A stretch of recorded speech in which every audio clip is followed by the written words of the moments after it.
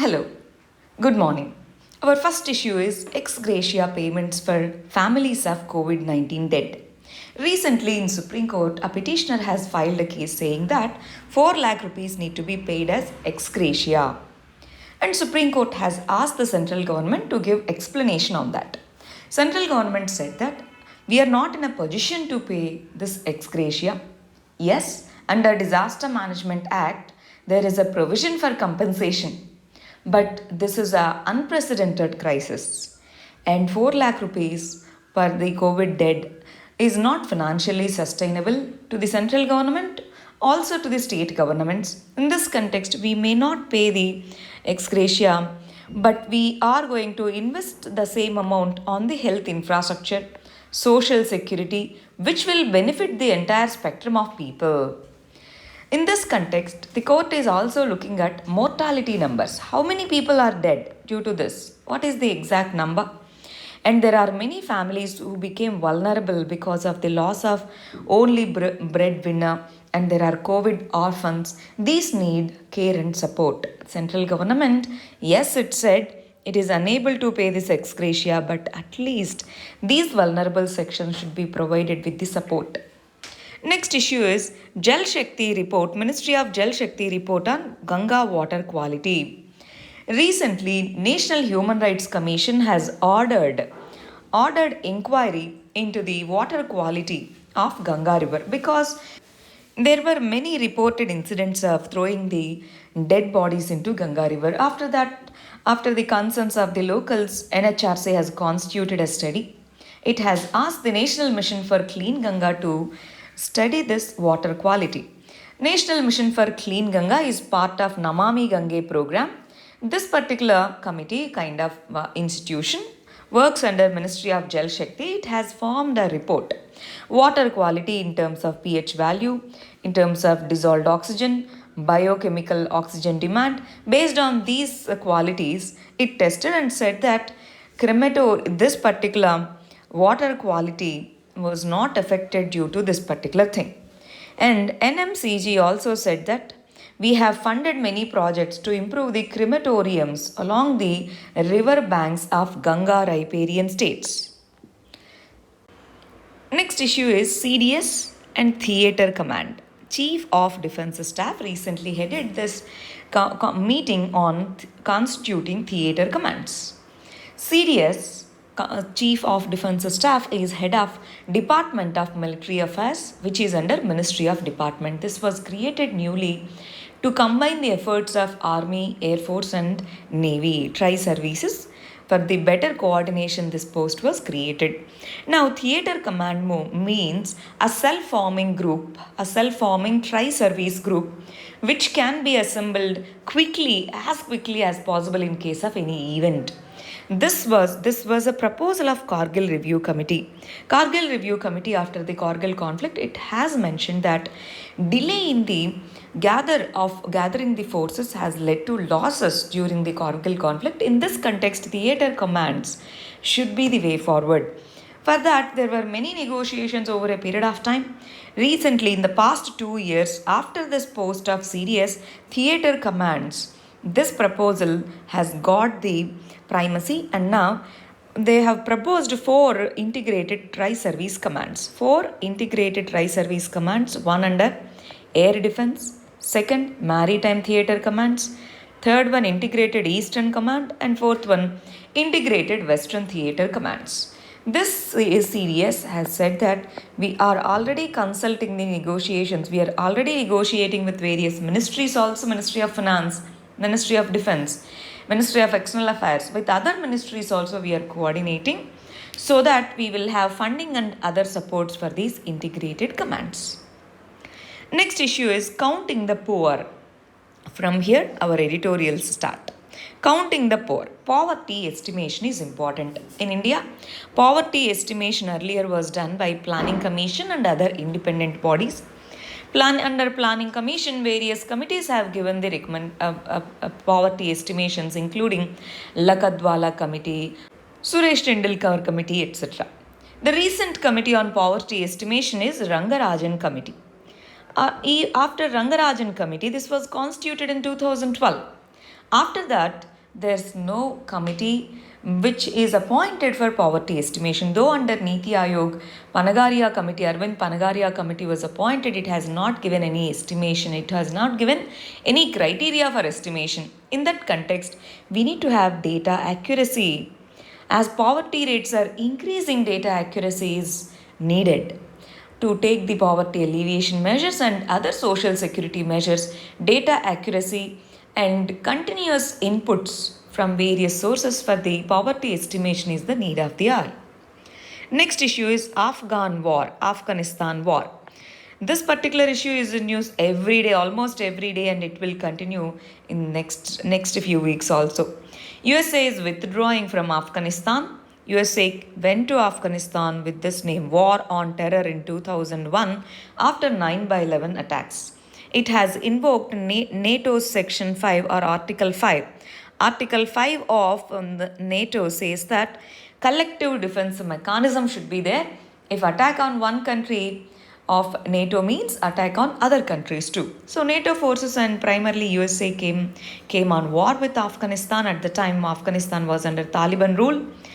Now they within few months itself they have overthrown the Taliban rule and they supported other person to form the government. Next 3 years, that is in 2004, Hamid Karzai, under his leadership, constitutional government was formed in Afghanistan. But then now it's 2021. Even now, there is no peace process, there is no proper peace process in Afghanistan. In that context, but then there's huge cost to USA and NATO forces in terms of finances, in terms of human resources. In that context, they want to put an end to it.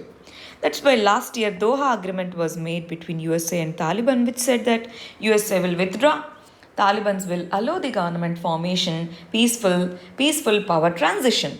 So that's what the agreement, withdrawal of USA forces. Recently, Taliban-centric religious council was formed. They said we want to set up an Islamic government, but we want to respect the women rights and minority rights. That's what the recent statement by Taliban. India also started negotiating with Taliban. Earlier our stand was no negotiations with Taliban because they were declared as terrorist group. So we are not going to have negotiations with Taliban. That was our stand earlier. Now we changed it because everyone knows that Taliban is going to form the government.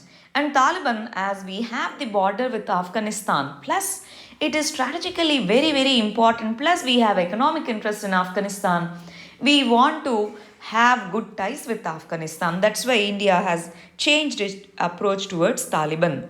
Next issue is Iran and new president. Recently, in the presidential elections of Iran, head of Iran's judiciary, Ibrahim Raisi, he was elected as president. After his election, he said nuclear talks will be resumed. And what are these nuclear talks? USA started imposing sanctions over many years, saying that Iran is developing nuclear weapons. And USA was demanding for dismantling all the nuclear power plants and the enriched uranium. And in the year 2013, they have made an agreement, USA and Iran and other countries. We call it as JCPOA, Joint Comprehensive Plan of Action. After that, when Trump came in, he came out of that agreement and again imposed the sanctions. After that, many conflicts have happened between Iran and the USA. At one time, there was a brink of war also. Now they want to revive the ties and they want to reduce these tensions. Let us see what happens. Next issue is clarity over vaccine policy.